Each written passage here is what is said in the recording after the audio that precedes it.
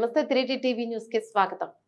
జడ్చల పట్టణ కేంద్రంలోని మినీ స్టేడియంలో ఈరోజు ఉదయం గిడ్డంగుల కార్పొరేషన్ మాజీ చైర్మన్ రజని సాహిత్య క్రికెట్ క్రీడాకారులకు దుస్తులను అందజేశారు. ఈ సందర్భంగా ఆమె మాట్లాడుతూ క్రీడలు మనిషికి శారీరక దృఢత్వంతో పాటు మానసిక ఉల్లాసాన్ని అందిస్తాయి. క్రీడాకారులు ఒక లక్ష్యాన్ని పెట్టుకుని కృషి చేయాలి. క్రికెట్ లో చాలా అవకాశాలు ఉన్నాయి. ఎవరు బాగా రాణిస్తే వారికి IPL కు సెలెక్ట్ అయిన లైఫ్ సెటిల్ అయిపోతుంది. ఇండియాకి కూడా ఆడే అవకాశం వస్తుంది. ఏ ఫీల్డ్ అయినా ఛాలెంజింగ్ గా తీసుకుని ముందుకెళ్లాలి. నాకు నమ్మకం ఉంది. జడ్చల నుంచి ఎంతో మంది క్రీడాకారులు అంతర్జాతీయ స్థాయికి ఎదుగుతారని ఆశాభావాన్ని వ్యక్తం చేశారు.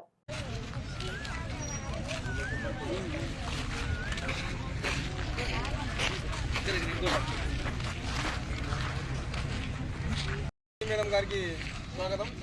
అంత జడ్చల మినీ స్టేడియం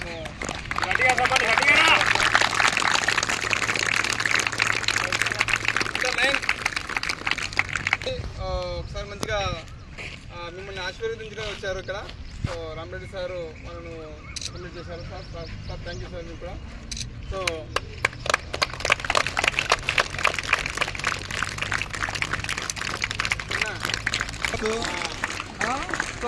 అందరితో ఇలా రండి.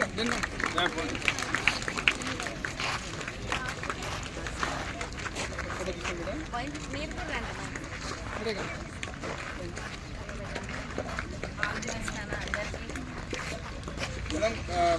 మీ అందరి తరఫున ఇంతమంది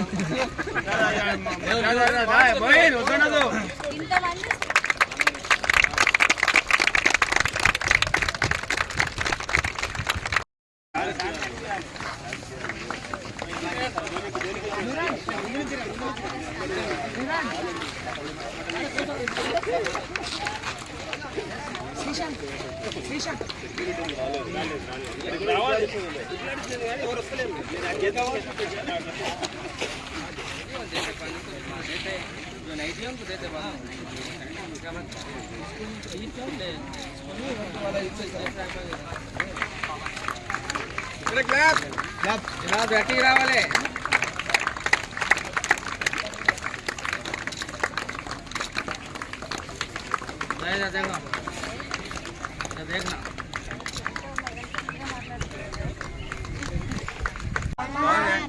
రెగ్యులర్ గా డుమ్మ కొట్టకుండా వస్తుంది అంతా.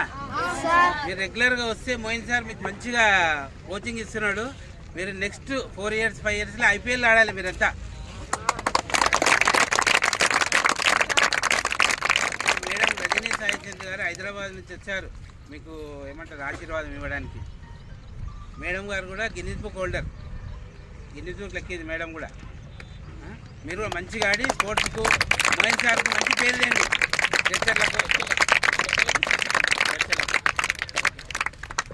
సాహిత్యం నేను పుట్టింది కూడా ఇదే చర్చల్లో, ఇక్కడే తిరిగినా, ఇక్కడనే చదువుకున్నా. మా సార్ వాళ్ళు కూడా ఇక్కడే ఉన్నారు. మాకు కూడా బాగా అప్పట్లో క్రికెట్ లేదు కానీ కబడ్డీ బాగా ఆడిచ్చేవాళ్ళు. సో నాకు ఇక్కడ చూస్తుంటే ఏమనిపిస్తుంది అంటే మోయిన్ సారు నెక్స్ట్ స్పోర్ట్స్ సైన్యాన్ని తయారు చేసినట్టు అనిపిస్తుంది. ఇంతమంది స్పోర్ట్స్ నేర్చుకొని మళ్ళీ అంత మంచిగా ఆడి రేపు భవిష్యత్తులో IPL లాంటి దాంట్లో ఆడడానికి నేషనల్ లెవెల్లో కూడా సెలెక్ట్ అయిన స్టూడెంట్స్ ఉన్నారంటే నిజంగా మిమ్మల్ని ఎప్పుడు కానీ చదువుతో పాటు ఆటలు అనేది మనిషికి మానసికంగా శారీరకంగా చాలా ఉల్లాసాన్ని, ఉత్సాహాన్ని, చాలా ఆరోగ్యాన్ని కూడా ఇస్తాయి.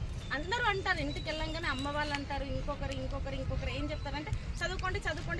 చాలా మంచి వర్డ్, చదువుకోవాలి, చదువు చాలా అవసరం. కానీ దానితో పాటు ఆటలు కూడా చాలా అవసరం.